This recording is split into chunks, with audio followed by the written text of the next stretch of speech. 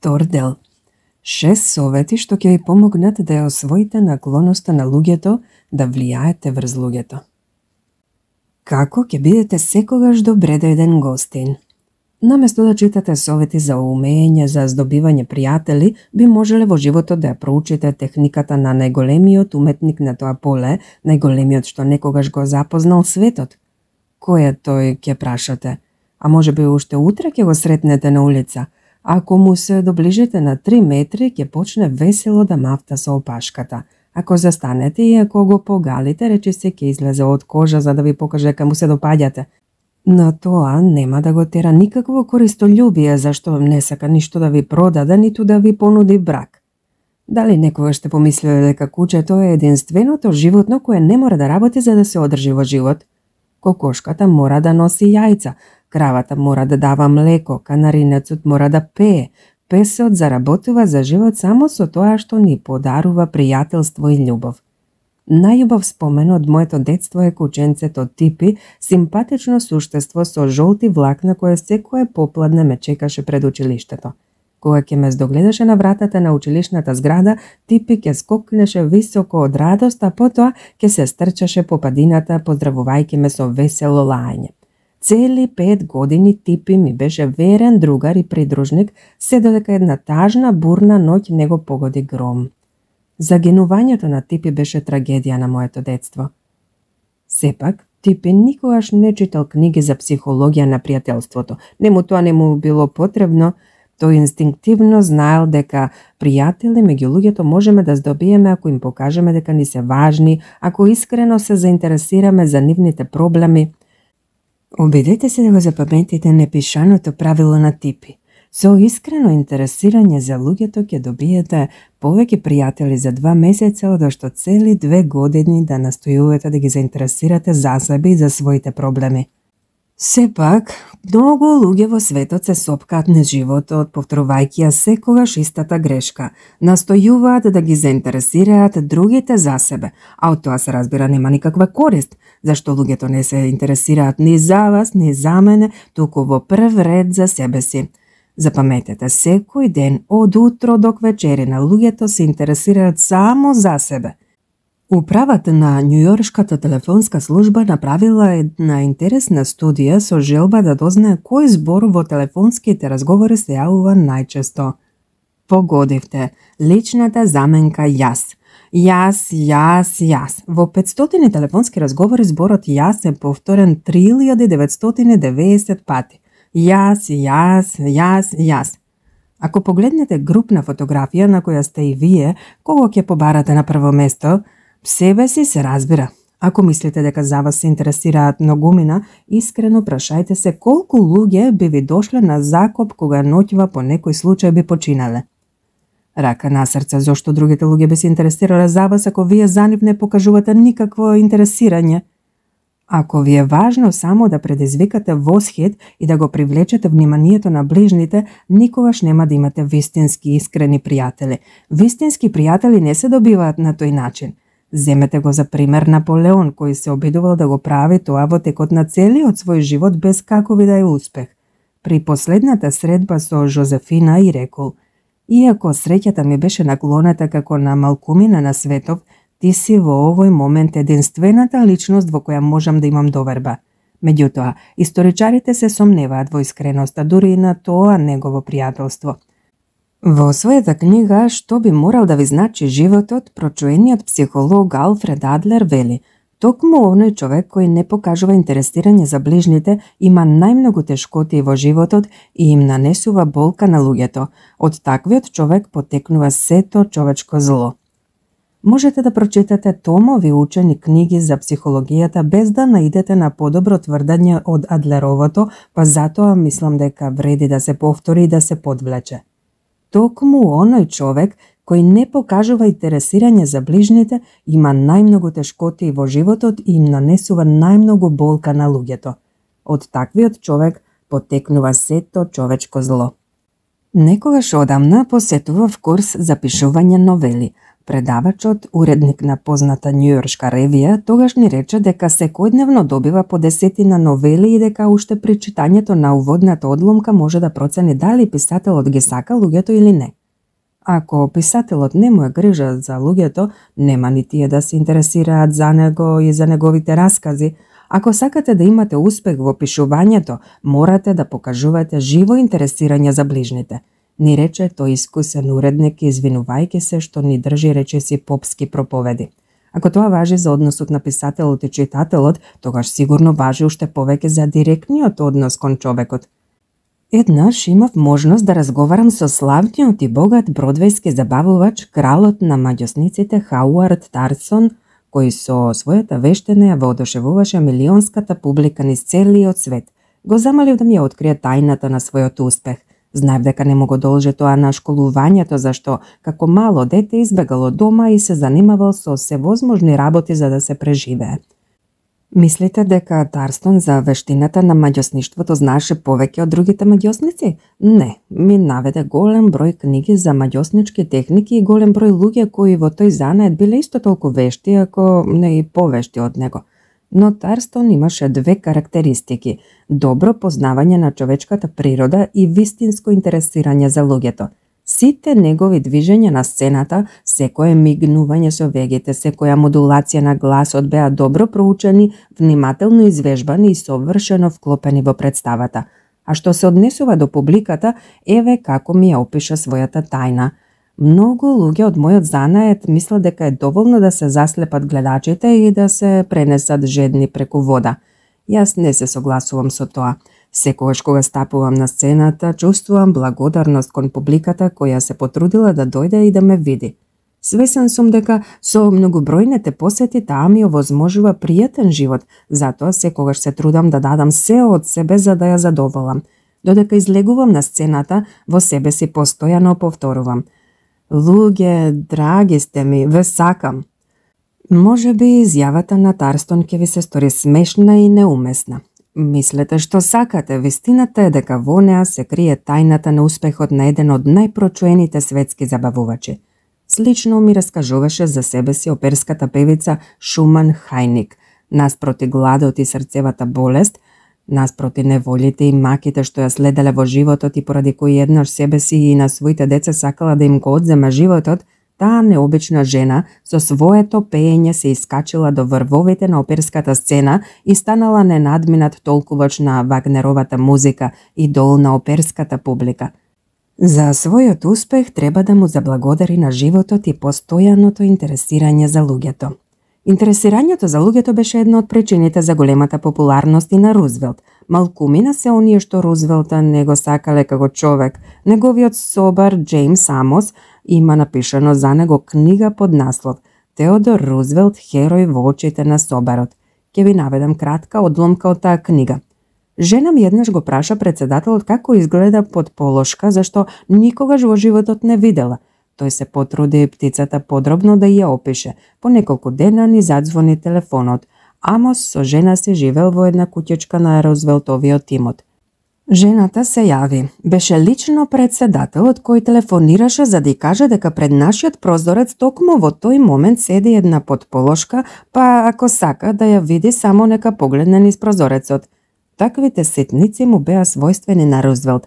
Кога и да поминуваше покрај нашата куќерка, дури и кога не гледаше, весело ќе викнеше: "Здраво, Ени! Здраво, Џејмс!"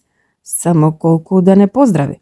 Не е чудо што таквиот човек беше сакан меѓу ближните. Како би можел некој да се воздржи од симпатија кон таквото човечко суштество? Рузвелт еднаш наминал во Белата куќа, не знаејќи дека Тафт и неговата жена се отсутни. Не обзирајќи се на етикецијата, бившиот председател ги обиколил сите своји стари познаници во Белата куќа и, како искрен пријател на обичните луѓе, им се обраќал на име. На крајот наминал во кујната да ја праша готвачката Алис дали уште пече пченкарен леб. Алис му одговорила дека сега тоа го прави ретко, зашто оние горе не го сакаат. Председателот нема баш најдобар вкус и тоа при првата можност ќе му го соопштам, пламнал Рузвелт. Готвачката притоа му понудила парче пченкарен леб, тој радо го зел и задоволно джвакал, продолжувајќи ја прошетката околу белата куќа, поздравувајќи ги градинарите и работниците на кои наидувал. На секој службеник на белата куќа му се обраќал исто онака како што го правел тоа додека самиот бил председател, а тие знаеле да го ценат тоа. Еден од нив подоцна рекол: "Тоа беше за нас најсреќниот ден во изминатите 2 години, ден кој не би го дале за никакви пари." Истото живо интересирање за проблемите на другите луѓе му донело успех и популарност на доктор Чарлс Елиот, долгогодишен ректор на Харвардскиот универзитет. Еден бивш харвардски студент раскажува дека како бруцош еднаш чукнал на вратата на ректорот со молба за заем од $50 од касата за помош на студентите. Ректорот со готовност се одзвал на молбата и токму во моментот кога благодарниот студент се готвел да замине, го привлекол столот и пријателски му се обратил: "Слушам дека си готвите храна во студентската соба. И јас самиот си готвев кога бев студент. Дали некогаш сте се обиделе да направите шницла од мелено месо? Тоа е мощно богато јадење и многу хранливо, ќе ви кажам како го готвев јас." Пресретливиот ректор го упатил тогаш студентот во тајните на својот рецепт и му дал уште неколку добри совети за тоа што најмногу му се исплатува да готви. Од собствено искуство знам дека и најславните и со работа најоптоварени луѓе е можно да се придобијат за соработка ако им покажеме дека искрено се интересираме за нив како за човечки суштества. Еве ви пример. Пред многу години соработував со организацијата на еден курс за млади писатели при Бруклинскиот уметнички институт. За да имаат нашите млади посетители што повеќе корист од курсот, сакавме да им помогнеме со искуството на неколкумина најугледни американски писатели. Затоа им пишавме дека многу ги цениме нивните дела и дека искрено би не интересирало да им дадат на нашите посетители по некој совет и да им ја откријат тајната на својот успех. Секое писмо го потпишаа 150 курсисти.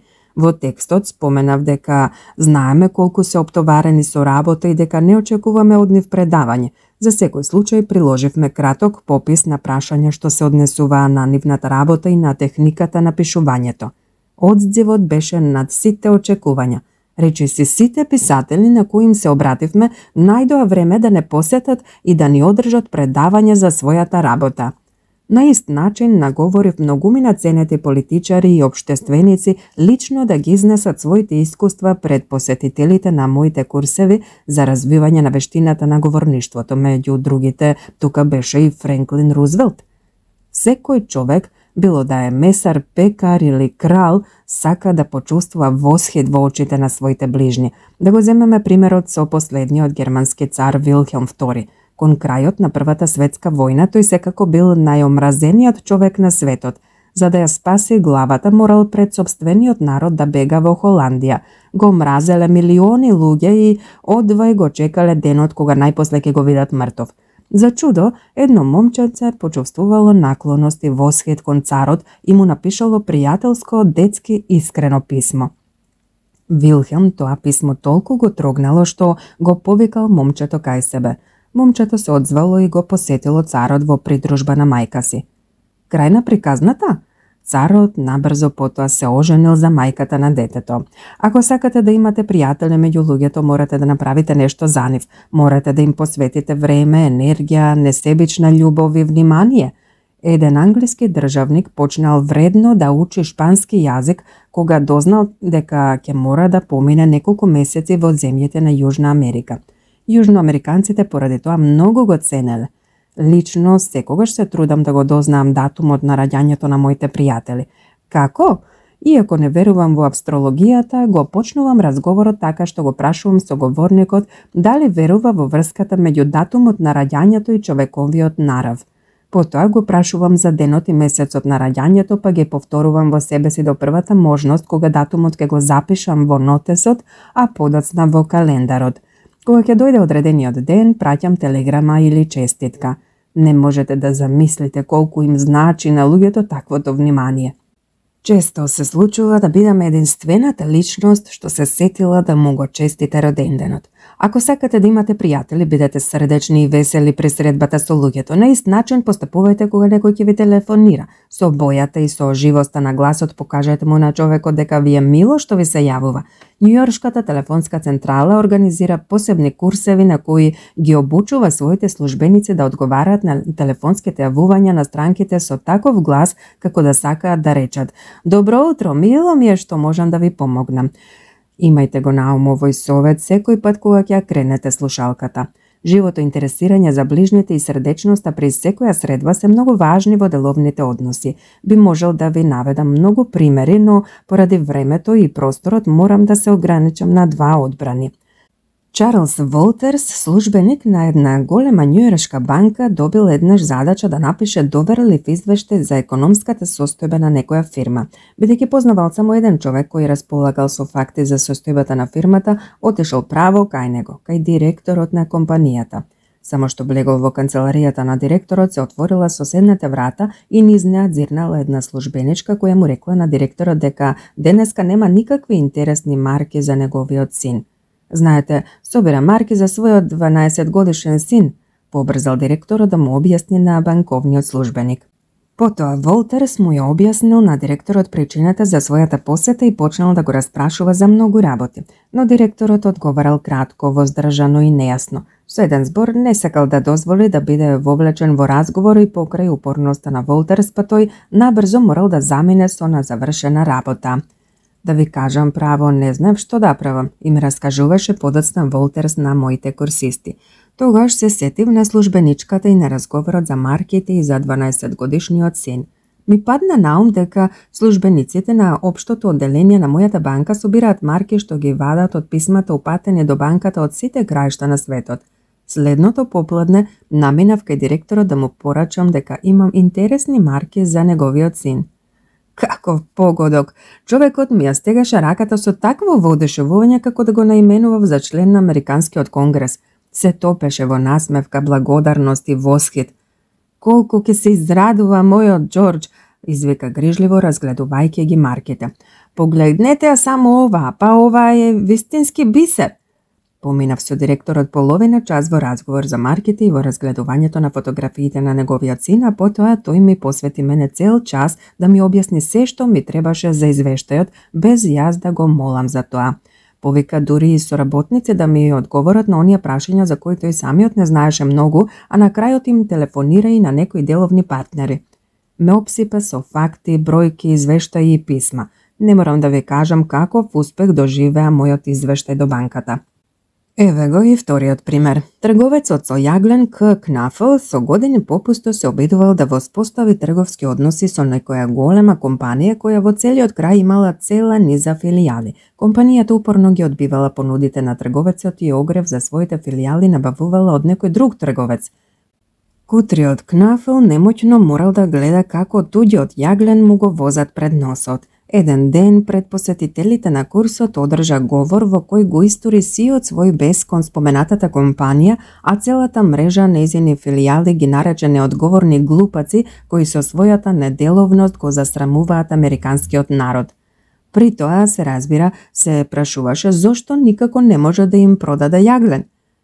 Го наговорив да се послужи со друга тактика. Им најавив на курсистите расправа во која ќе мора да учествуваат со своите мислења за и против организираната мрежа филијали. Кнафл го убедив да застане на спротивната страна, тоест во расправата да настапи како заговорник на таквата организација. Му советував за собирање на аргументи во прилог на одбраната на филијалите да се обрати за помош до директорот на компанијата што не сакала да го купува неговиот јаглен, да му раскаже за задачата што ја добил за расправата и да го замоли за помош. Остатокот од приказната ќе ви го раскажам со зборовите на Кнафл. Го замолив директорот да ми посвети еден момент од своето скапоцено време. Кога слушна за што станува збор, ми понуди стол и разговараше со мене речиси цели 2 часа. Го повика во собата својот најблизок соработник кој при тоа ми подари примерок од својата книга и ми рече дека според неговото мислење организираните филијали се вистинска општествена благодат. Со гордост и со жар во очите ми раскажуваше за користа што филијалите им ја носат на стотици општини. Морам да признам дека ми укажа на многу нешта за што дотогаш не ни сонував. Набрзо сватив дека во минатото не сум имал секогаш право. Кога си одев, директорот ме испрати до вратата, ме потчукна по рамото, ми посака успех во расправата и ме замоли да го известам за исходот. На крајот ми рече да му се јавам идната пролет зашто би сакал да почне да купува јаглен од мене. Бев стаписан. Ми се чинеше дека се случи чудо, па човекот ми нудеше работа без да го замолам макар со еден збор. Сватив дека во овие 2 часа со искреното интересирање за него и за неговата компанија постигнав повеќе отколку во последните 10 години со труд и со обиди да го натерам да го купува мојот јаглен. Меѓутоа, вистината што ја открил Кнафел не е никаква новост, зашто уште 100 години пред новата ера прочуениот римски поет Публий Сир напишал: во природата на човекот е да покажува интересирање за ближните тогаш кога тие покажуваат интересирање за него. Затоа, ако сакате да ја освоите наклоноста на луѓето, првото правило гласи: покажувајте искрено внимание за ближните. Како да оставите добар впечаток кај луѓето? Неодамна во Њујорк бев поканет на свечена вечера. Меѓу поканетите имаше една жена која неодамна беше наследила големо богатство, па на големо се трудеше на присутните да им ја покаже својата важност. Беше накитена со диаманти, бисери и крзно, украси кои уште повеќе го истакнува нејзиното студено лице од кое зрачеше злоба и себичност. Богатата наследничка очигледно не го сваќаше она што го знае секој умен маж, дека изразот на лицето на жената е многу поважен од кројката на нејзината облека и од блесокот на нејзиниот накид. Насмевката на Чарлс Шваб, како што знаете, чинила $1 000 годишно, можеби и повеќе, зашто неговиот шарм и способноста за освојување на луѓето биле основата на неговиот вонреден деловен успех. Најпривлечната страна на неговата личност била токму таа неодолива насмевка. Се сеќавате ли на Морис Шевалие? Еднаш имав можност да поминам цело попладне во негово друштво и морам да ви кажам дека бев искрено разочаран. Стемнетиот, молчалив Шевалие беше вистинска спротивност на човекот од филмското платно. Се до моментот кога се насмевна. Тогаш ми се стори како сонце да огреа од облаците. Да не беше таа чудна насмевка, Шевалие секако целиот свој живот ќе го поминал како париски столар, продолжувајќи го честниот занаед на своите предци. Делата зборуваат погласно од зборовите, а насмевката на човекот вели: мил си ми и среќен сум што те гледам. Од таа причина кучињата им се омилени пријатели на луѓето. Со веселото и радосно лајање ни ја искажуваат својата наклоност, а ние, се разбира, им одговараме со иста мера. Се разбира, секоја насмевка не е иста. Неискрената насмевка нема никого да излаже. Луѓето ќе видат дека таквата насмевка е механичка и ќе ја мразат од длабочината на душата. Јас ви зборувам за вистинската, искрена насмевка која ги освојува срцата, зашто доаѓа од срцето, од длабочината на човечкото суштество.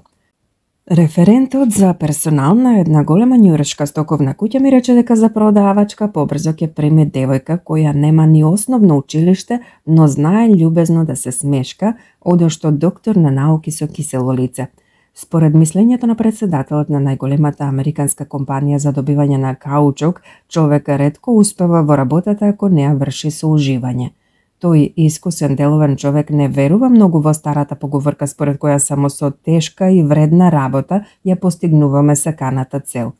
Познавав луѓе што постигнале успех затоа што вистински уживале во работата, вели тој.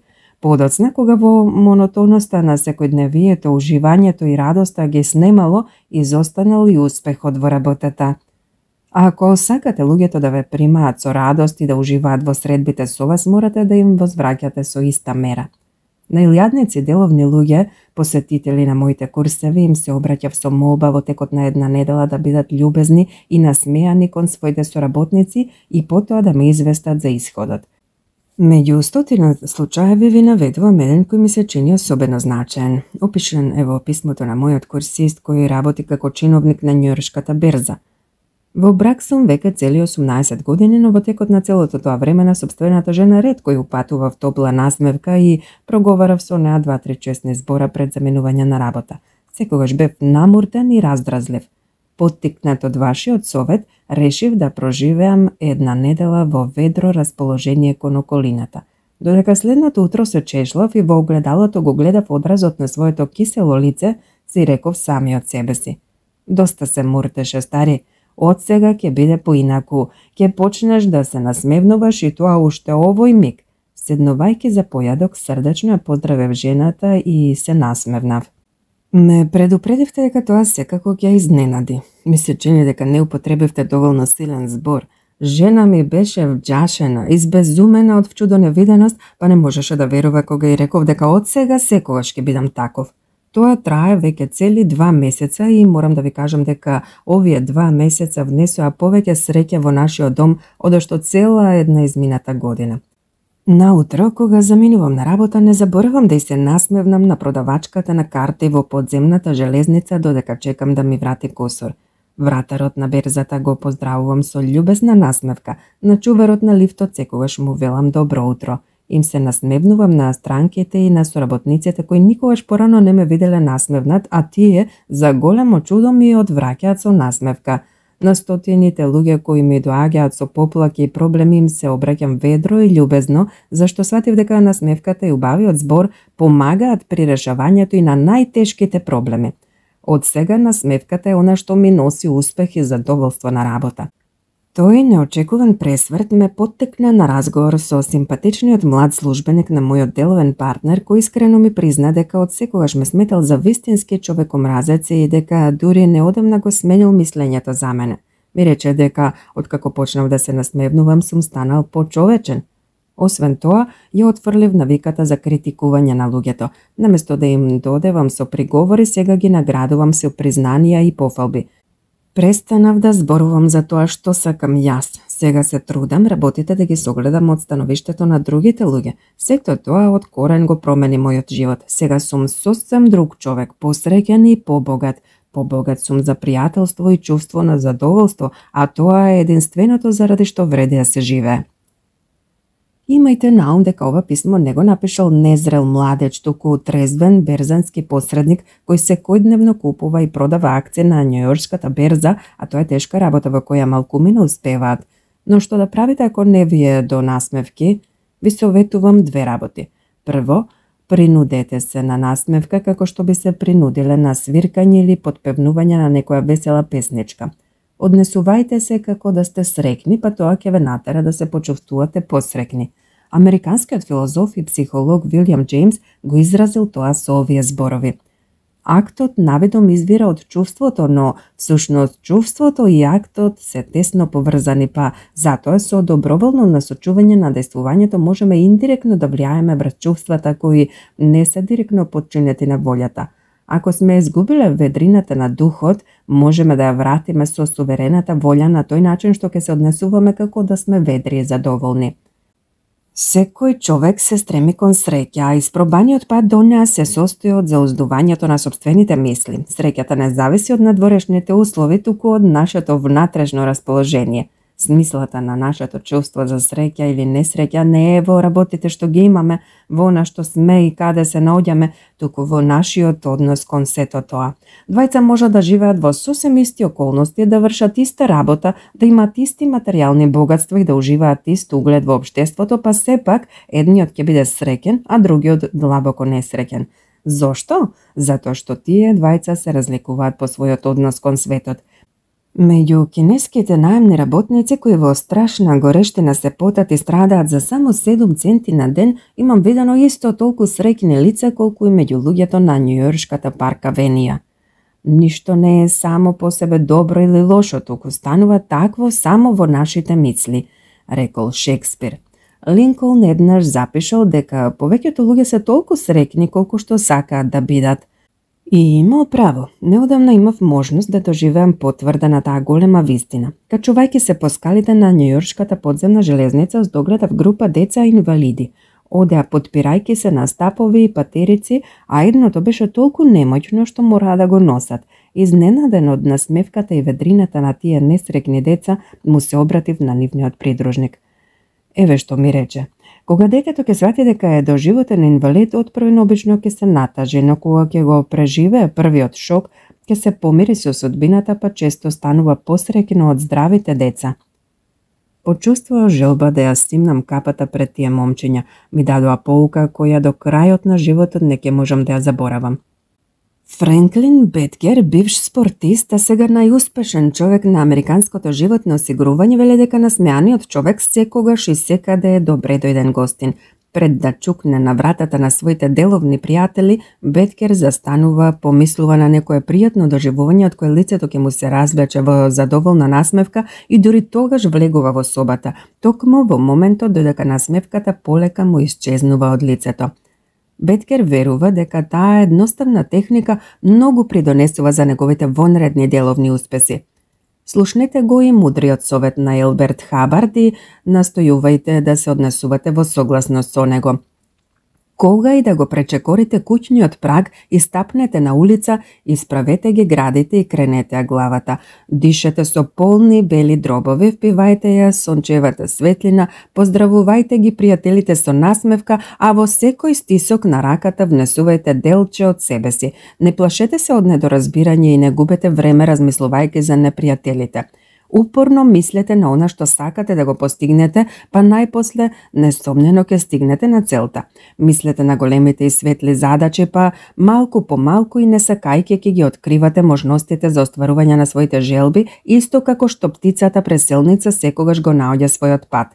Размислувајте за себе си како за способно, честно, корисно суштество, какво што би сакале да станете, па самата таа мисла од час во час ќе ве доближува кон саканиот идеал. Мислата е семоќна. Не дозволувајте да скршнете од патот на смелоста, искреноста и добрата волја. Да се мисли правилно, значи секогаш одново да се создава. Се на светов извира од желбата. Секоја искрена молба бидува услишена. Човек се преобратува во она кон што се стреми неговото срце. Затоа исправете ги градите и гордо кренете главата. Луѓето се богови во никулец. Старите мудри кинези имаат пословица која би вредело да се запамети. Кој не знае да се насмевнува, нека не изигрува трговец. Но тоа не се однесува само на трговците. Ведрата насмевка ќе му користи на секое човечко суштество. Насмевката не чини ништо, а значи многу. Таа ги збогатува оние што ја примаат, а не ги осиромашува оние што ја даваат. Кратка е како блесок на молња, но останува за секогаш во сеќавањето. Никој не е толку богат за да не му е потребна насмевка, а никој толку сиромашен за да не може насмевката да го збогати. Насмевката внесува среќа преку куќниот праг и задоволство во деловните односи. Насмевката е лозенка на пријателството. Насмевката е одмор за уморните, светлина за малодушните, сонце за жалните, лек за скршените.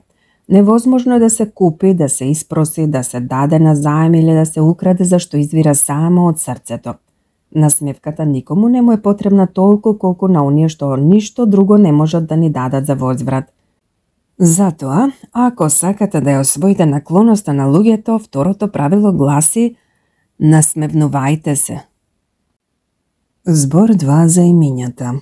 Ќе ви раскажам тажен настан што се случил едно студено зимско утро во 1898 година во малото место Стоуни Поинт во државата Њујорк. Луѓето се подготвувале за погреб на едно дете кое умрело предходниот ден. Меѓу нив бил и Џим Фарли, силен млад мештанин, татко на 3 деца. Џим тргнал во шталата да го впрегне конјот.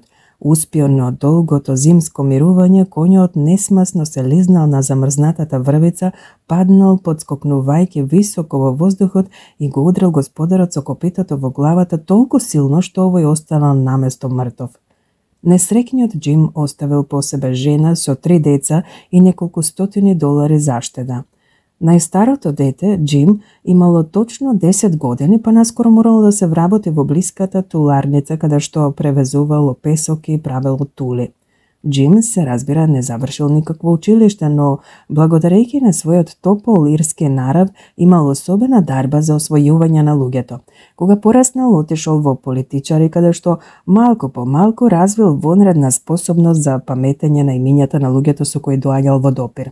Иако никогаш не го пречекорил прагот на некоја висока школа, Джим Фарли во 46-та година од животот ја носел почесната титула доктор на науки на 4 американски универзитети, станал еден од водачите на Демократската партија и за време на мандатот на Франклин Рузвелт, за чиј избор за председател самиот најмногу придонел, бил наименуван за министер на Американската поштенско-телеграфска мрежа. Привлечен од вонредниот нарав на Джим, го замолив да ми ја открие тајната на својот успех. Се постигнав со напорна работа, ми одговори. Не правете такви шеги со мене. Му одвратив, а тој тогаш ме праша да му кажам како го толкувам неговиот успех во животот. Веројатно со тоа што можете да ги запаметите имињата на 10.000 луѓе, реков. Се лажете, ми одговори тој. Не на 10, туку на 50.000. Навиката за паметење на имињата на луѓето со кои доаѓал во допир Джим Фарли ја развивал уште во времето додека бил трговски патник, а подоцна општински службеник во своето родно место. На почетокот тоа било едноставно. Кога и да запознаел нов човек, Джим се интересирал за неговото име и презиме, за бројот на децата, професијата и политичкото уверување. Сето тоа добро го запаметувал, па кога човекот одново ќе го сретнал, може би по една година, срдечно ќе го потчукнал по рамото, ќе го прашал за здравјето на жената и на децата и за успехот на работата. Не е ни чудо што Джим се здобил со многу познаници и пријатели. Со месеци пред да почне Рузвелтовата кампања за претседателското место, Джим Фарли дневно пишувал стотици писма и ги праќал до луѓе по американскиот запад. Потоа седнал во воз и за 19 дена обиколил 20 држави, пропатувал 12.000 мили, нешто со кочија, нешто со воз, со автомобил и со брод. Се состанувал со луѓето на пријателски разговор за време на појадокот, ручекот, попладневниот чај или вечерата. Откако се вратил од тоа молскавечно обиколување на градови и држави, пратил писма до познаниците во сите обиколени места, молејќи ги да му пратат попис на сите луѓе кои при својата турнија ги почестил со гостопримство. Иако добиениот попис броел илјадници имиња, Джим не жалел труд секому лично писмено да му се заблагодари. Писмата ги почнувал со зборовите: "Драги Бил, драги Џо", а се потпишувал секогаш со Джим. Проникливиот Джим Фарли рано увидел дека повеќето луѓе повеќе ги интересира сопственото име одошто сите други имиња на светот. Да се запамети името на соговорникот и да се употреби во вистински момент е еден од најубавите и најделотворните комплименти на светот, но ако го заборавите или ако го изговорите погрешно, бидете сигурни дека самите сте се довеле во незгода. Тоа го имам искусено на сопствената кожа кога во Париз организирав курс по вештина на говорништвото и пратив покани до сите париски жители од американско потекло. Поканите ги пишуваа француски дактилографки кои погрешно отчукувале некои имиња, па само по неколку дена добив прекорно писмо од навредениот директор на Американската банка во Париз, кој потоа не сакаше ни да чуе за мојот курс. Се сеќавате ли за причината за сјајниот успех на Ендрю Карнеги? Иако го нарекуваа крал на челикот, Карнеги мошне малку знаел за производството на челик, но се обкружил со експерти од таа област. Успел затоа што знаел да постапува со луѓето. Роден организатор и водач, уште како 10 годишен, сватил колку држат луѓето до сопственото име. Еднаш уловил зајачица која набрзо окотила полно малечки, а момчето немало со што да ги храни.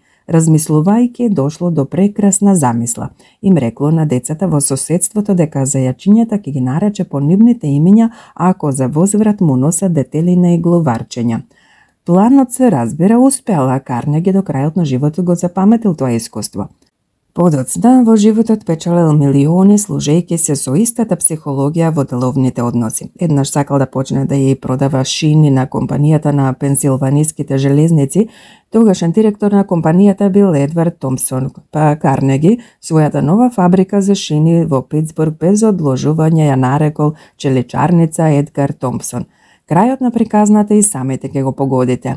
Во времето кога Карнеги и Пулман се бореле за превласт во производството на вагони за спиење, кралот на челикот уште еднаш се сетил на своите зајачиња.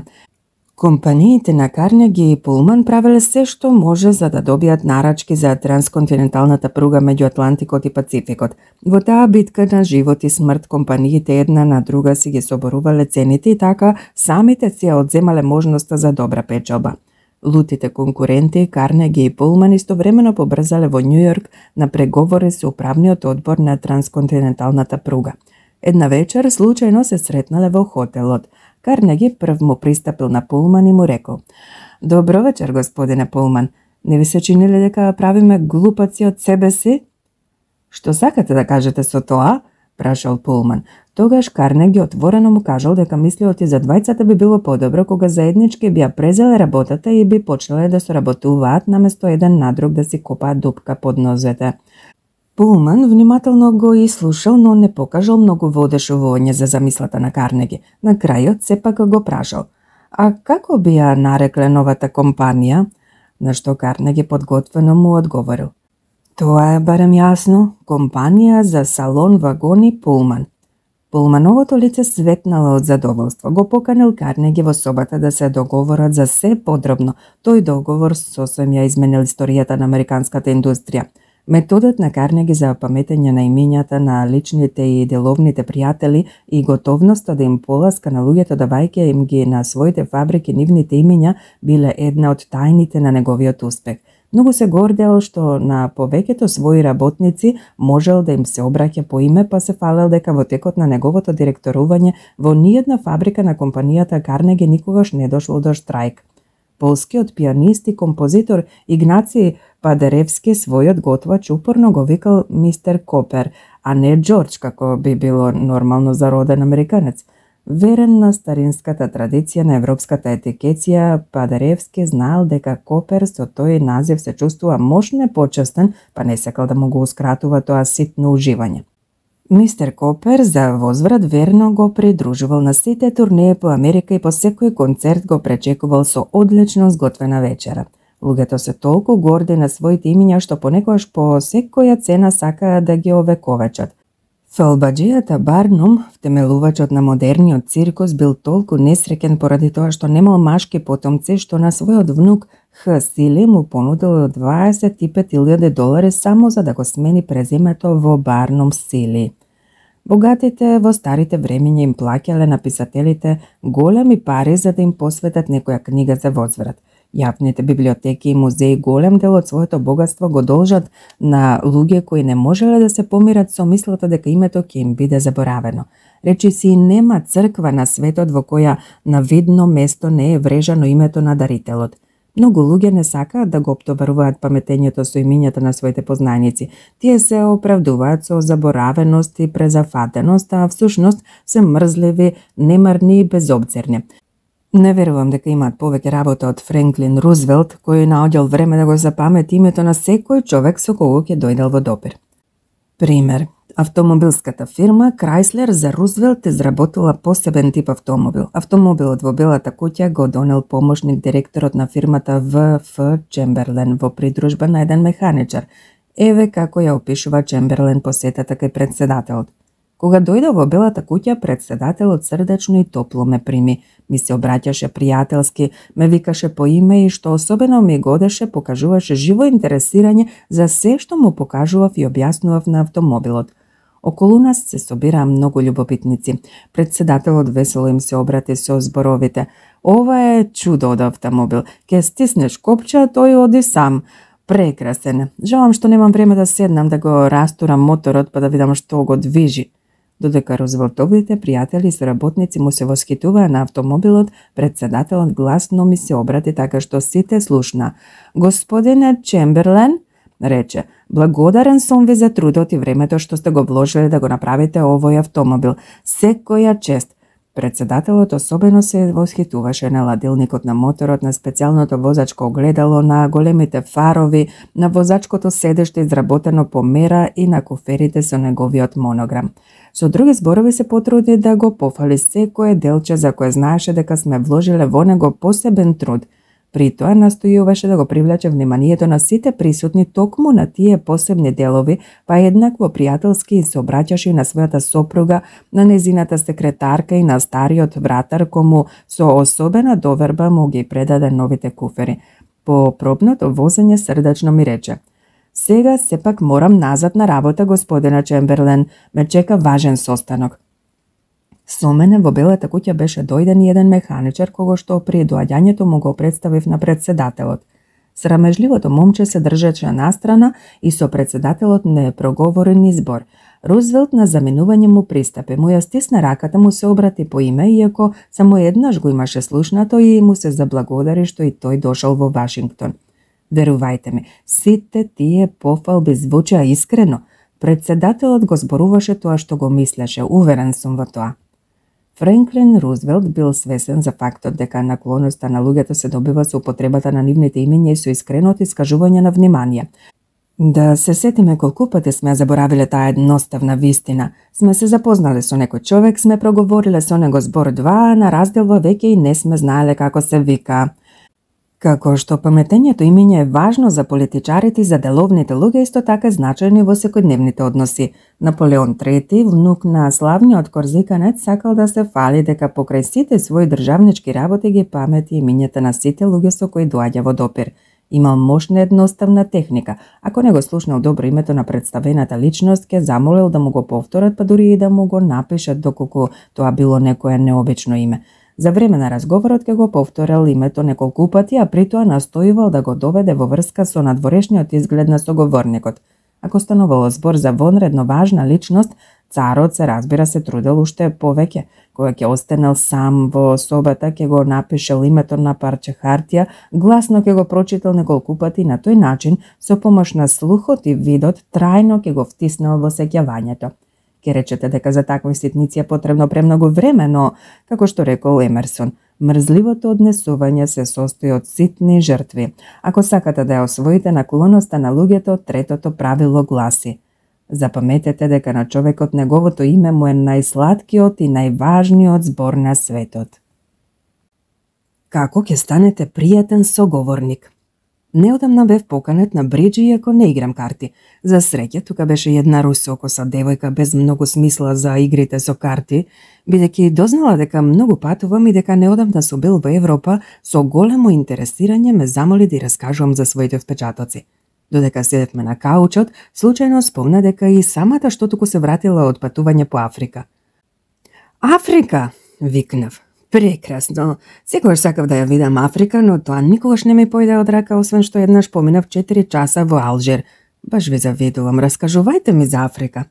Следуваше долг извештај кој траеше речиси цел час. Мојата соговорничка веќе не се сети да ме праша за Европа. Тоа ни најмалку не ја интересираше. Нејзе беше важно само да има благодарен слушател кој стрпливо и со восхит ќе го следи излагањето за се што таа видела и доживеала. Мислите дека мојата русокоса е исклучок? Никако. Сите сме такви. Сакаме да раскажуваме за себе си, за да се правиме важни пред себе и пред другите. Неодамна на една вечера запознав угледен њујоршки ботаничар. Уживав да ги слушам неговите приказни за хашишот, за компирот и за одгледувањето зеленчук во куќните оранжерии. Бидејќи и самиот има мала оранжерија, живо се заинтересирав за работите што ми ги раскажуваше ботаничарот, заборавајќи дека во собата покрај нас седат уште најмалку 12 на луѓе. Дури на крајот од двочасовниот разговор со ботаничарот, сватив дека се огрешив кон правилата за добро однесување, сосем заборавајќи на другите гости. Кога околу полнок се збогував со домакинот, ботаничарот ми пристапи и изрече неколку ласкави комплименти на моја сметка. Ме пофали како одличен, многу интересен соговорник. Соговорник? Глупости, па јас во текот на целиот разговор не проговорив речиси ни збор. Како би можел кога немам ни поим од ботаника? Сето мое соговорништво се состоеше од внимателно слушање. Го слушав затоа што неговото раскажување навистина ме интересираше, а тој секако го почувствувал тоа. Моето внимание му годело и му ласкало. Внимателно слушање на соговорникот е еден од најубавите комплименти што можете да ја го дадете на друга личност. Малкумина се нечувствителни на премолченото почитување содржано во внимателното слушање, вели Джек Вудфорд во еден од своите романи. А јас на мојот ботаничар му подарив и повеќе од тоа.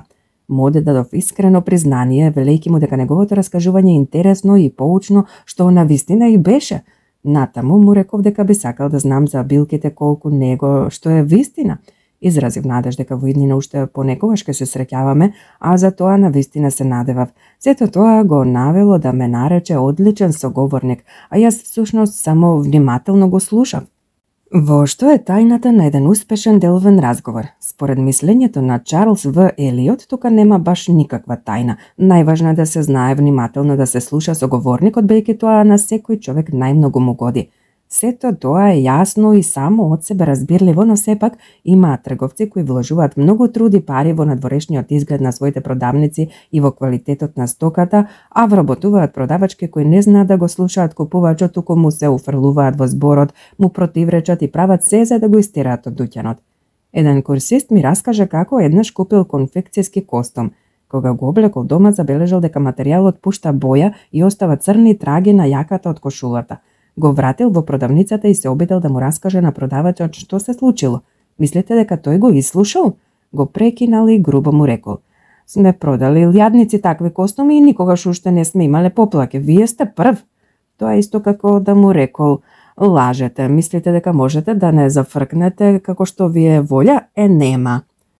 Во тој момент се појавил друг продавач и додал: "Така ви е со темните костуми, на почетокот секогаш пуштаат боја. Тука ви нема помош, особено кај толку ефтин костум." Тие зборови, расправа мојот курсист, ја долеа последната капка масло на огнот. Првиот продавач се обиде да ме увери дека лажам, а овој сега ми приговара што сум купил ефтин костум. Се разбеснив, ми идеше да им го фрлам костумот в лице и да ги пратам по ѓаволите кога одеднаш се појави шефот. Тој човек си ја знаеше работата и за неколку минути го истера сиот мој бес. Како успеа во тоа? Првин внимателно ја ислуша мојата приказна од почеток до крај, без притоа макар еднаш да ме прекине. Кога завршив и кога оние двајца продавачи одново почнаа да долеваат со своите мудрувања, тој решително им се спротивстави гледајќи во мене купувач. Призна дека материјалот пушта боја и рече дека нивната продавница не би смеела да продава таква стока. На крајот ме праша како би можел да ми помогне, зашто е готов да направи се што барам од него. Неколку минути пред тоа бев готов да ги пратам појаволите и продавачите и костумот, а сега мирно одговорив дека сакам да знам дали материјалот ќе престане да пушта боја, а ако не престане, што треба да сторам. Шефот на продавницата ми советуваше костумот да го носам уште една недела, па ако и потоа ги имам истите проблеми, слободно да дојдам по нов костум. На крајот ми се извини поради непријатноста во која западнав по вина на продавницата. Излего во дуќанот утешен и задоволен. По една недела костумот навистина престана да пушта боја, а јас одново стекнав доверба во споменатата продавница. Не е чудно што оној љубезен продавач беше шеф на продавницата, нели? А што се однесува до оние двајца, се сомневам дека некојаш ќе напредуваат во работата. Всушност, мислам дека би било правично кога шефот би ги преместил на работа во складот да бидат што подалеку од купувачите. И најлошиот берберко обично ќе се смири и ќе умекне ако најде настрплив, внимателен слушател кој знае молчејќи да им одолее на изливите на гнев и да чека говорникот да им даде оддишка на своите незауздани чувства. Пример, Њујоршката телефонска централа пред неколку години имала незгоди со еден претплатник кој постојано им телефонирал на службениците на централата, ги навредувал и ги пцуел, па дури и пишувал огорчени писма до весниците поради тоа што морал да плаќа дополнителни такси кои ги сметал за одвишни. На крајот дури ја тужал централата на суд, увидувајќи дека не ќе може лесно да се ослободи од бесниот претплатник и од неговите обвинувања, на централата не и преостанувало ништо друго освен да се обиде да преговара со него. На помош дошол еден прекален службеник способен за помирливи разговори, мајстор за внимателно слушање на соговорникот. Службеникот мирно ја ислушал приказната на претплатникот, дозволувајќи му да даде оддишка на собраниот гнев. Се согласил со се што рекол претплатникот и покажал многу разбирање за неговите забелешки. Го слушав цели 3 часа и ми раскажуваше подоцна службеникот на моите курсисти. Потоа уште еднаш го посетив и одново го ислушав сето она што веќе го имав слушнато. Се на се го посетив 4 пати и на крајот дознав дека сум станал член на Друштвото за заштита на телефонските претплатници што го основал мојот бесен соговорник. И денес сум член на тоа друштво, всушност единствениот во Њујорк. Го слушав со трпение и разбирање, настојувајќи да се согласам со сите приговори. Него тоа го омекна зашто никогаш дотогаш немал можност со надлежна личност да разговара за она што го мачи. Малку по малку почна да се однесува кон мене речиси пријателски. Никогаш не му ги спомнав причините за мојата прва и за сите на тамошни посети, но човекот набрзо ги плати сите телефонски сметки и ги повлече сите поднесени тужби. Опишаниот вечен незадоволник очигледно се сметал за некаков вид крстоносец кој ќе го ослободи светот од неправдините и неправедното плаќање на давачки. Тој човек всушност копнел за чувствување на величина и важност. Од првен таа потреба ја задоволувал со протестите и поплаки, подоцна кога представникот на централата се согласил со сите негови приговори, почувствувал дека неговата потреба од важност е задоволена, па вообразените обвинувања исчезнале како никогаш и да ги немало. Джулијан Ф. Детмер, основач на фирмата за продажба на волна на големо, ми раскажуваше дека едно утро во канцеларијата му бувнал гневен купувач и го обсипал со навреди. Тој човек не должеше $15, но го негираше долгот и одбиваше да ги плати наспроти големиот број писмени предупредувања од сметководството. На крајот, толку се разгневил што седнал на првиот воз од Чикаго и дојде кај мене да ми каже дека не само што нема да ги плати тие $15, туку дека веќе никогаш нема да купи од нас ни грам волна. Стрпливо го ислушав, иако доаѓа во искушение да го замолчам.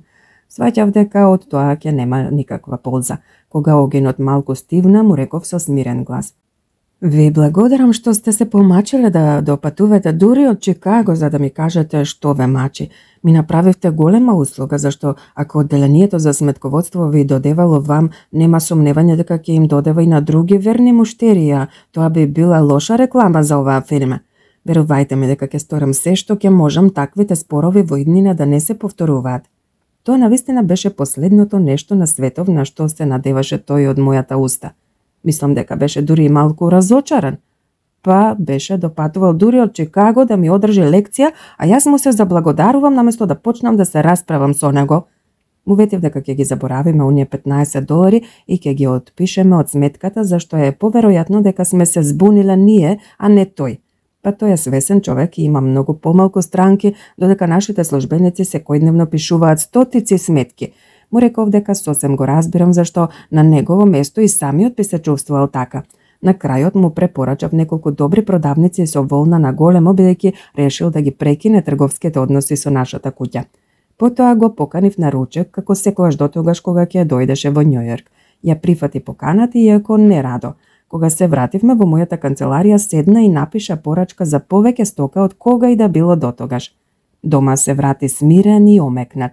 Свати дека се однесуваме убаво кон него, па ги прегледал сметките. Ја нашол меѓу нив и она од $15 и со писмо полно со извинување ни прати соодветен чек. Ни остана верен муштерија уште цели 20 години, тоест до смртта. Еден од најуспешните издавачи во историјата на американското новинарство имал само 6 одделенија основно училиште.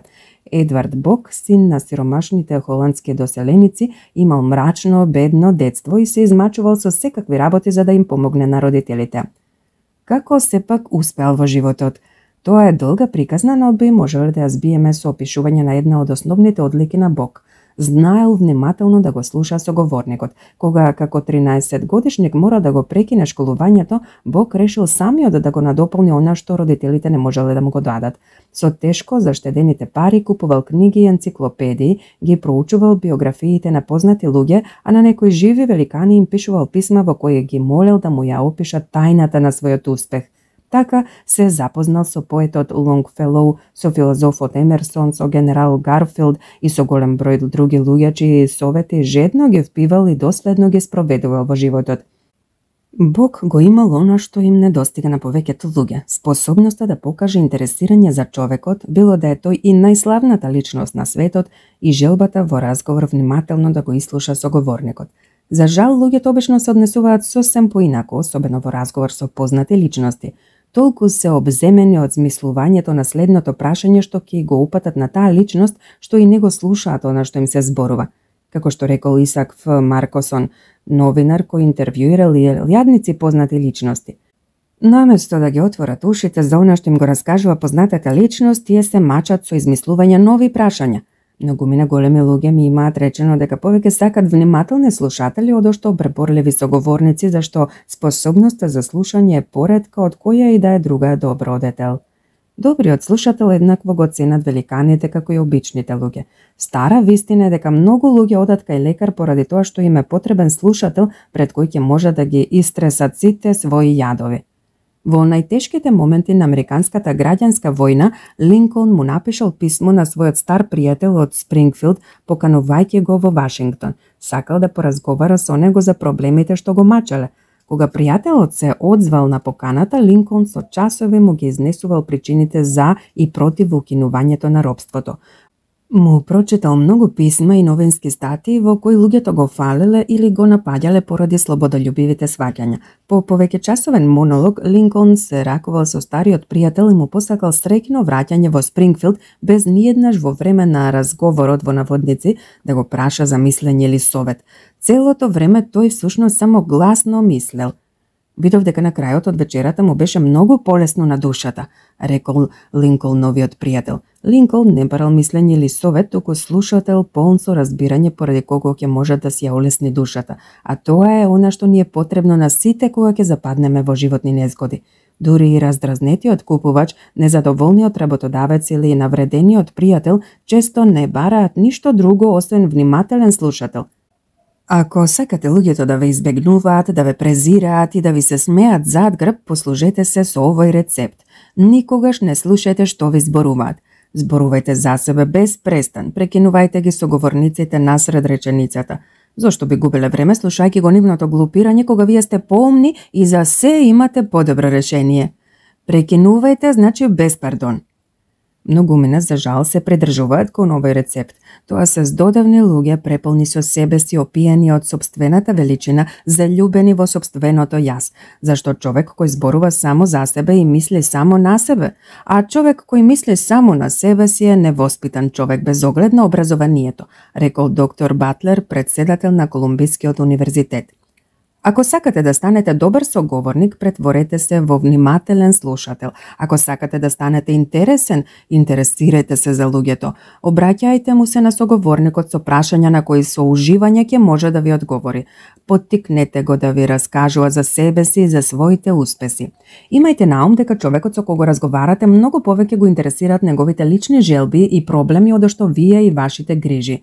Запаметете дека повеќе го загрижува неговата забоболка одошто гладот од кој гинат милиони луѓе и дека приштот на вратот го вознемирува повеќе одошто сите светски потреси. Затоа четвртото правило гласи: бидете добар слушател и натерајте ги другите да зборуваат за себе. Како ќе предизвикате интересирање за себе си? Сите што некогаш разговарале со Теодор Рузвелт биле изненадени од широчината и разновидноста на неговото знаење. Било да разговарал со селенец, со уметник, со политичар или со дипломат, Рузвелт за секого знаел да најде вистински збор, со секого да поведе интересен разговор. Како му успевало тоа? Сосем едноставно. Пред секоја најавена посета, Рузвелт ке се потрудил да дознае нешто повеќе за склоностите и интересирањата на соодветната личност, па потоа до длабоко во ноќта прелистувал книги, читајќи се што ќе му дошло до рака во врска со соодветната тема. Како и сите големи државници, Рузвелт сватил дека најкусиот пат до човечкото срце води преку разговори за работите за кои тој живо се интересира. Вилијам Лион Фелпс, професор по книжевност на Универзитетот Јейл, рано ги научил вредностите на таа голема вистина. Во расправата за човековиот нарав, Фелпс пишува: еднаш, кога како 8-годишно дете ги минува празниците кај тетка ми во Стратфорд, не посети еден човек на средни години. По краток разговор со тетка ми, непознатиот ми упати неколку прашања, па остатокот од вечерата го поминавме бреборејќи за она што ме интересираше. А мене во тоа време неодоливо ме привлекуваа бродовите за кои нашиот гостин знаеше убаво и нашироко да раскажува. Како знаеше само да ја разбуде мојата детска фантазија, со какво воодушевување подоцна и раскажував на тетка ми за него. На моје разочарување тетка ми рече дека нашиот познаник е адвокат и дека нема никаква врска со бродовите, ниту пак тие особено го интересираат. Зошто тогаш цела вечер зборуваше за бродовите? Ја прашав. Затоа што е джентлмен и знае како треба да се однесува. Виде дека тебе те интересираат бродовите, па раскажуваше за нив за да ти угоди и да те забавува. За секогаш ја запаметив таа забелешка на тетка ми, пишува професорот Фелпс. Наведувам уште еден пример. Водачот на некое извидничко друштво ми раскажуваше дека еднаш сакал да прати едно момче од своето друштво на меѓународен надпревар во Европа. Бидејќи друштвото немало доволно пари за тоа, сакал да се обрати за помош кај претседателот на една голема американска компанија. Некако токму во тоа време дознал дека споменатиот претседател неодамна примал чек од $1.000.000 и дека по добивањето на парите врамен го обесил на зидот во својата канцеларија. Кога влегол кај претседателот, мудриот водач на извидничкото друштво не почнал да зборува за она што бил дојден, туку живо се интересирал за сензационалниот чек. Претседателот на компанијата со гордост му го покажал и весело му раскажал како и зошто успел да добие толкова баснословна сума пари. На крајот љубезно се насмевнал и го прашал водачот на извидничкото друштво за причината за неговата посета. Кога тој му ја изнал својата молба, претседателот се покажал повеќе од великодушен. Се согласил од името на компанијата да ги плати патните трошоци не за едно, туку за 5 деца од извидничкото друштво, вклучувајќи го и самиот водач. Му дал кредитно писмо на $1.000 и писма со препораки до своите деловни пријатели во цела Европа. Се заинтересирал за децата од извидничкото друштво и некој подоцна ги вработил во својата компанија. Се сомневам дека ќе најдев на таква широкоградост да не успев да го наведам на разговор за она што него во тој момент најмногу го интересираше, изјавил подоцна водачот на извидничкото друштво. Истото правило важи и за средбите во деловниот свет. Ќе ви дадам пример. Хенри Давенрој, собственик на голема њујоршка пекарница, со години попусто се трудел да воспостави трговски односи со некој њујоршки хотел. Често го посетувал директорот на хотелот, настоивал да се состанува со него за сите друштвени приредби. А некој време дури живеел во хотелот за што повеќе да му се доближи, но трудот не му дал резултати. Еден ден решив да ја променам тактиката, раскажува Давенрој. Се потрудив да дознам што тој човек посебно го интересира и на што најмногу се радува. Открив дека е член на некоја меѓународна хотелска организација и тоа не само член, туку и претседател. Без оглед на временските разлики и големата оддалеченост, мојот директор ревносно летел на состаноците на таа организација, не жалејќи труд, време и пари. Кога едниот пат го сретнав, поведов разговор за споменатата организација.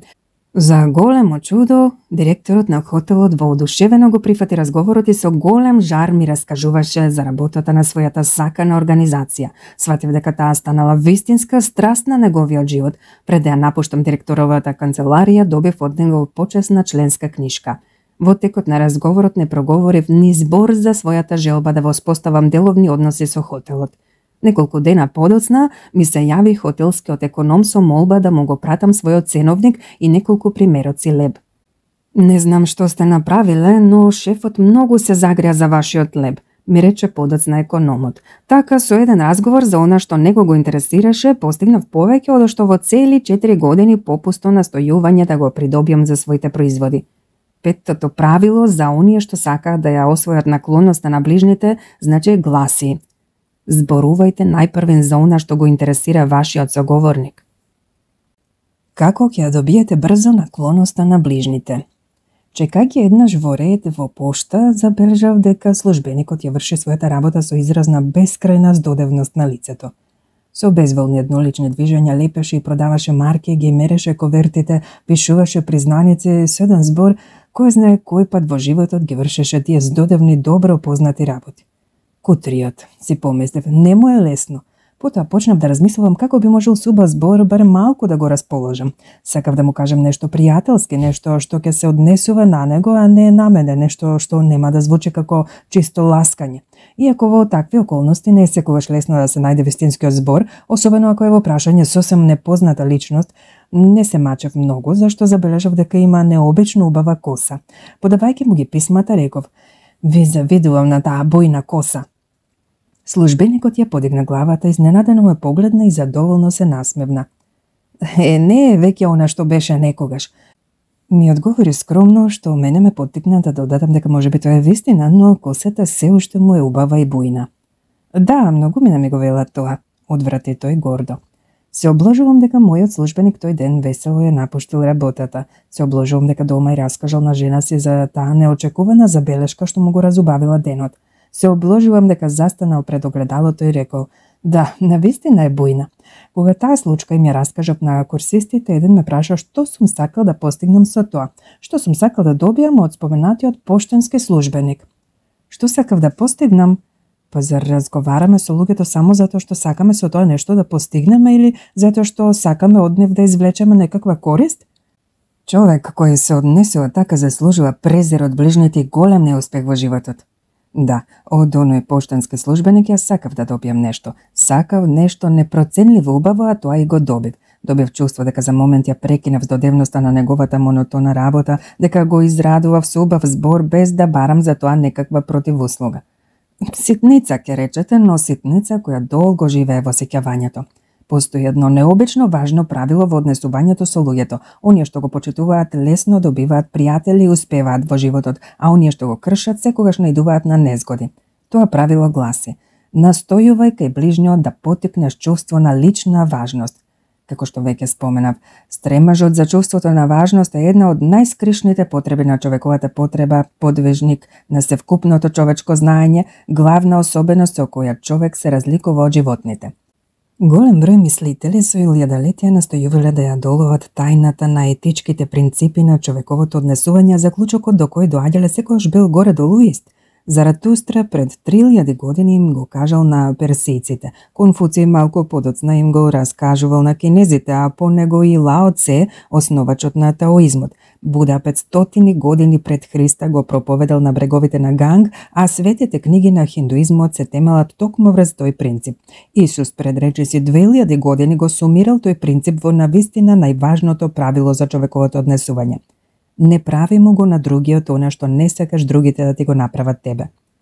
Сите ние копнееме да ни одобруваат оние со кои доаѓаме во допир. Сакаме луѓето да ја осознаат нашата вистинска вредност. Сакаме искрено признание, а не ефтино, неискрено ласкање. Ако е така, мораме да му се покориме на златното правило за однесување и да постапуваме со другите како што и самите сакаме другите да постапуваат со нас. Неодамна го прашав портирот на еден голем њујоршки облакодер на кој кат работи еден мој познаник. Ми одговори љубезно, јасно и со готовност, застанувајќи по секоја реченица. Хенри Совејн, пауза, 18 кат, пауза, соба 1816, пауза. Без збор на благодарност се стрчав кон лифтот, а потоа застанав, се вратив кон портирот и му реков: морам да ви честитам на толку брзиот и јасен одговор. Навистина сте вистински мајстор. Младиот човек задоволно ми погледна и гордо ја крена главата, а јас почувствував дека со љубезниот збор направив ситно, но вредно дело. Му покажав на ближниот дека ја ценам неговата работа. Не морате да чекате да станете кинески амбасадор или ценет дипломат за да почнете да го применувате ова правило. Со него можете да се служите секогаш и секаде. Ќе видите дека успехот нема да изостане. Например, ако келнерот ви донесе пржен компир и ако сте нарачале варен, не лутете се, туку извинете се и убаво речете му дека повеќе би сакале варен компир. Се обложувам дека ќе задоволи вашата желба зашто сте покажале почитување и разбирање за неговата ни малку лесна работа. Учтивите изрази како и што се бидете толку добар, жалам што ви пречам, ако не ви е тешко, би ве молел, направете ми услуга, ви благодарам. Не се само чиста формалност, туку се зборови кои со својата измазнетост и допадливост го подмачкуваат тврдото движење на машината на едноличното секојдневие и ја тераат да работи без чкртање и триење. На почетокот на 20 век Хол Кейн бил омилен писател на милиони луѓе, иако како дете на сиромашни родители завршил само 8 оделенија основно училиште, Кейн постигнал светска слава и умрел како најбогат книжевник на светот. Во младоста се воодушевил со поезија, а особено го ценел англискиот поет Габриел де Росети. Затоа за него еднаш напишал пофална статија која на Росети толку му се допаднала што го повикал Кейн кај себе во Лондон и му го дал местото секретар. Тоа било пресвртница во животот на Кейн, зашто од тој ден почнал да се движи во кругот на угледните англиски книжевници кои со совети и со пример му помогнале да ја совлада уметноста на пишувањето. Кейн, како што реков, умрел славен и богат, а кој знае како ќе завршил да не ја напишал во младоста онаа пофална статија полна со искрено восхитување кон Росети. Таква е моќта, чудесната моќ на признанието што извира од длабочината на срцето. Сите ние сакаме да се сметаме себе си важни, па ни Росети во споменатиот случај не бил никаков исклучок. Истото важи и кога станува збор за народите и народностите. Ако сметате дека како белци сте повредни од припадниците на жолтата раса, имајте на ум дека јапонците се чувствуваат повредени од белците. Конзервативниот јапонец ќе се налути ако види јапонка да игра со белец. Милиони индуси сметаат дека се понадмоќни од белците, а ескимите презирот кон ближниот го изразуваат со зборовите бел човек. Секој народ се чувствува повреден и поважен од другиот, па од тука потекнува чувството за лажен патриотизам кој е опасен затоа што ги води луѓето во омраза и војна.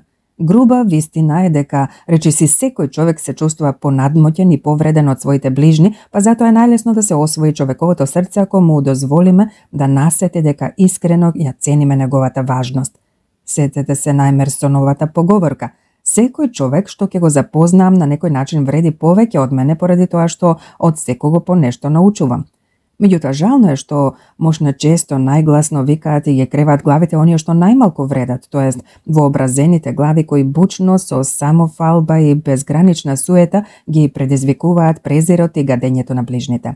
Како што рекол Шекспир: "О, човеку, надмено суштество, штом дојдеш до власта, почнуваш да правиш такви глупости под небесниот сводот кои дури и ангелите плачат." Ќе ви раскажам 3 случаи од искуството на моите курсисти кои со успех го примениле горе споменатото начело. Кратко време откако почнал да го посетува курсот, адвокатот Р се возел со жена си на Лонг Ајленд во посета на една стара, далечна тетка. Кога стигнале таму, жената поитела да посети некои далечни роднини, а мажот го оставила да ја забавува тетката. Со желба врз некого да ги примени правилата што ги научил на курсот, адвокатот Р почнал да се загледува околу себе за да најде нешто во куќата на што би можел искрено да му се восхитува. "Оваа куќа е градена во 1890 година, нели?" прашал. "Точно," одговорила тетката. "Ме подсетила на мојата родна куќа, убава и пространа. Денес веќе нема такви куќи," додал Р. "Вистина," потврдила тетката. "На младите денес не име да убави куќи, се задоволуваат и со помали, само ако можат да имаат автомобил и електричен ладилник. Ова е куќата за која мажот ми и јас со години сонувавме," продолжила таа со тажен глас. "Ја градевме со љубов, без помош на архитект, според собствените замисли." Потоа го повела низ куќата и му ги покажала сите ситници и скапоценности што со љубов ги носела од разни патувања по светот. Стар англиски сервис за чај, старенски сандаци, слики од италијански мајстори, рачно откајани килими и други вредни спомени. Р ги разгледувал со интересирање и со искрено восхитување. Тетката најпосле го одвела и во гаражата, каде што на негово чудење стоел речиси сосем нов автомобил од марката Пакард. "Мажот ми го купи овој автомобил недолго пред смртта," рекла тажно. "Од тогаш веќе никогаш не се возев во него, но вие знаете да ги цените убавите работи, па затоа ви го подарувам." Р остана вкопан во местото. "Никако," почнал да негодува, "па вие имате многу внуци и роднини кои би биле среќни да им го подарите. Јас не сум ви речиси никаков роднине." "Роднини?" викнала тетката. "Да, имам роднини кои одвај чекаат да умрам за да дојдат до автомобилот. Е, токму затоа нема да им го дадам." "Ако не сакате да го подарувате, тогаш продајте го," се обидел да ја наговори Р. "Да го продадам?" вџашено викнала тетката. "Зар навистина мислите дека би можел да го сторам тоа? Да гледам непознати кои се возат во автомобилот што ми го подари покојниот маж? Не, ќе ви го дадам вам затоа што вие знаете да ги цените убавите работи." Р попусто се трудел да ја одврати од неочекуваната намера. Осамената старица, напуштена во големата куќа, преполна со спомени од младоста, обкружена со старини, порцелани, килими, копнеела по трошка, топлина и разбирање. Некогаш убава и призната во друштвото, сега копнеела по признание и човечки збор. Наоѓајќи ги како извор во пустина и дала оддишка на својата благодарност, покажувајќи се неочекувано великодушна кон речиси сосем непознат човек. Да го земеме сега примерот на Доналд Макмахон, шеф во њујоршката фирма за уредување на градини и паркови. Кога на некој судија му ја преуредувал градината околу куќата, Макмахон забележал пред куќата многу убави кучиња, па заклучил дека судијата е љубител на кучиња, дека ги одгледува на својот имот. Затоа еден ден му рекол: "Имате прекрасно хоби, секако на изложби на кучиња сте добиле многу награди и признанија за вашите прекрасни миленичиња." "Сум добил?" гордо одговорил судијата. "Ги сакам кучињата. Би сакале ли да го погледнете мојот кучкарник?" Потоа судијата цел час му ги покажувал кучињата, медалите и признанијата што ги добил за нив. Му ги донел дури и нивните родословија и му објаснувал зошто одетелни примероци се одликуваат со посебна убавена интелигенција. На крајот ме праша дали имам син, раскажува Макмахон. Кога дозна дека имам 5-годишно дете, ме праша дали би се радувало да има кученце. И тоа многу, му одговорив. Тогаш ќе ви дадам едно, рече со готовност, па почна надолго и на широко да ми раскажува за тоа како треба да се храни и да се негува. Сите тие упатства дури и ми ги напиша на хартија, го придружи родословието и ми го подари кученцето кое чинеше најмалку $100 и тоа само затоа што покажав искрено восхитување за неговите миленици. Џорџ Истман, ко-сопственик на познатата фирма Истман Кодак, пронаоѓач на продзирната филмска лента и втемелувач на кинематографијата со своите изуми, заработил баснословно богатство и станал еден од најпознатите деловни луѓе во светот. И покрај славата и богатството, како и секој смртник, и Истман копнел по вистинско човечко признание. Пример, Истман несебично донирал пари за добротворни цели, па во својот роден град Рочестер, меѓу другото, дал да се изгради музичко училиште и театар во спомен на мајка си. По тој повод, њујоршкиот производител на покуќнина Джеймс Адамсон се обидел да ја добие понудата за дрвена опрема на споменатите згради. Затоа му телефонирал на главниот архитект со молба да му го препорача на Истман и да му закаже состанок со него. Архитектот го предупредил Адамс да настојува да биде краток во разговорот со Истман. Знам колку ви е важна таа порачка, па затоа ве предупредувам да не го задржувате Истман подолго од 5 минути, инаку нема да ја добиете работата. Истман страда од брзина и деловност, затоа во 2 збора изложете му ја понудата и оставете го на мира. Меѓутоа, Адамсон постапил поинаку. Кога влегол во собата на Истман и кога го видел славниот пронаоѓач наведнат над куп харти, му рекол: "Додека чекав да ме примите, ги разгледав вашите деловни простори и се восхитувам на секоја ситница. Морам да признам дека не би имал ништо против да работам во толку убава канцеларија. Знаете, јас цел живот се занимавам со внатрешно уредување, но се уште не сум видел толку вкусно наместени простории." Ме подсетивте на нешто што речиси веќе бев престанал да го забележувам. Весело му одговори Истман. Просториите се навистина убави. Уживав во нив кога се доселив тука, но сега имам толку работа што веќе не ги забележувам. Потоа дошол до зидот обложен со дрво, го допрел со рака и рекол: "Англиско дабово?" Сосем различно од италијанското. Го добив од еден пријател, одличен познавач на најблагородните видови дрва. Истман потоа со гордост му ја покажал на Адамсон другата дрвенарија во собата, му обрнал внимание на бојата и на големината на дрвените плочи и на украсната резба што делумно самиот ја замислил. Додека шетале така по собата, восхитувајќи се на убавината на дрвото, Истман застанал пред прозорецот и му ги покажал на Адамсон неколкуте згради изградени со негова помош. Универзитетот во Рочестер, општата болница, старечкиот дом и детската болница. Адамсон му честитал за грижата и за трудот со кој се обидува да ги олесни маките на човештвото и со големо интересирање се распрашал за неговата младост и за условите што му го возможеле овој животен успех. Тоа се разбира го поттикнало Истман на исповед за детството, за сиромаштијата со која неговата мајка вдовица морала да се бори за да се прехрани себе си и синот и за своето цврсто решение да ја победи сиромаштијата и да ја возможи на мајка си пристоен живот во староста. Му раскажувал за своите први обиди со суви фотографски плочи, за напорната речиси деноноќна работа и за првите успеси. Адамсон во работната соба на Истман влегол во 10:15 со предупредување да не се задржува подолго од 5 минути. Во 12 часот разговорот уште ни од далеку не се ближел кон крајот. Кога дошло времето за ручек, Истман го поканил Адамсон во својата куќа, ветувајќи дека ќе му покаже некои јапонски столови во градината од кои се излупила бојата, па тој самиот одново ги пребоил.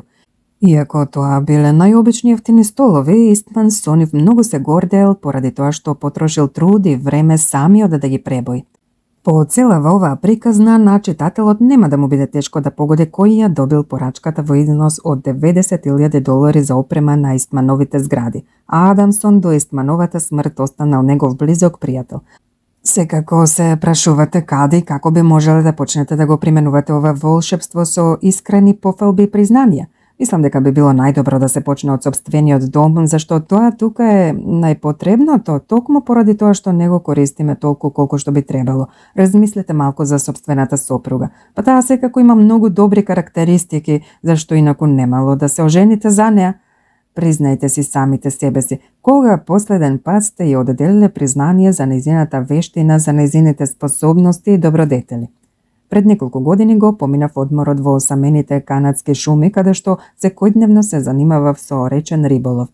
Единствена лектира во тој зафрлен крај ми беше локалниот весник во кој најдов на интересна статија на новинарката Дороти Дикс.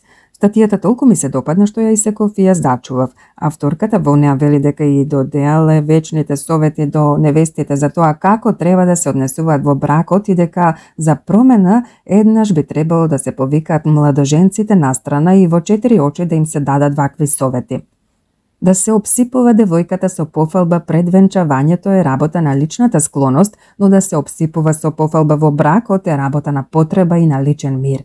Преголемата искреност во бракот може да биде опасна, затоа е многу попотребна добра мера на дипломатија. Ако сакаш мир во куќата, не преговарај на домакинските способности на жената и не споредувај ја со мајка ти. Напротив, фали го нејзиниот труд и честитај си себе си што си се оженил за единствената жена на светот која во себе ги соединува привлечноста на Венера, мудроста на Минерва и умешноста на добра домакинка. Не негодувај ни тогаш кога месото е тврдо како ѓон, а лебот препечен. Речи и само дека јадењето не е совршено како обично, па друг пат таа ќе даде се од себе да го достигне својот идеал за домакинка. Немојте се пак премногу наеднаш да почнете да ги применувате овие совети, зашто тоа во неа би можело да предизвика сомневање. Почнете со ситни внимание, какви што се букет цвеќиња или кутија бомбони. Немојте да речете морам нешто да ја купам, туку навистина купете. Не заборавајте при тоа да и се насмевнете и да ја кажете неколку убави збора. Кога повеќето жени и мажи би се придржувале кон овие совети, не би завршувал секој 6ти брак со развод. Сакате ли да знаете како најлесно ќе го освоите женското срце? Ќе ви дадам одличен совет од устата на Дороти Дикс. Таа новинарка еднаш водела разговор со некој многуженец кој успел да ги освои срцата и банковните книшки на 30 жени. Разговорот, патем речено, новинарката го водела во затвор. На прашањето како постигнал толку жени да се влюбат во него, тој одговорил дека тоа е сосема едноставно. Тајната се состои во тоа што треба да изборуваш на жената само за неа. Истото правило важи и за мажите. Зборувај му на човека само за него, па со часови восхитено ќе те слуша, рекол итриот англиски државник Дизраели. Ако сакате да ја освоите наклоноста на ближните, 6-тото правило значи гласи: поттикнете го кај човека чувството за лична важност, но внимавајте при тоа да бидете искрени. Сега е време да престанете да ја читате книгава и врз најблиската личност да почнете да ги применувате правилата што ги научивте од неа. Нема да се покаете. Накратко, 6 совети што ќе ви помогнат да ја освоите наклоноста на луѓето. Прво, покажувајте искрено интересирање за ближните. Второ, насмевнувајте се. Трето, запаметете дека на човека неговото име му е најслаткиот и најважниот збор на светот. Четврто, бидете добар слушател и натерајте ги другите да зборуваат за себе си. Пето, зборувајте најпрвен за она што го интересира вашиот соговорник. Шесто, поттикнете го во човекот чувството за сопствена важност, но внимавајте при тоа да бидете искрени.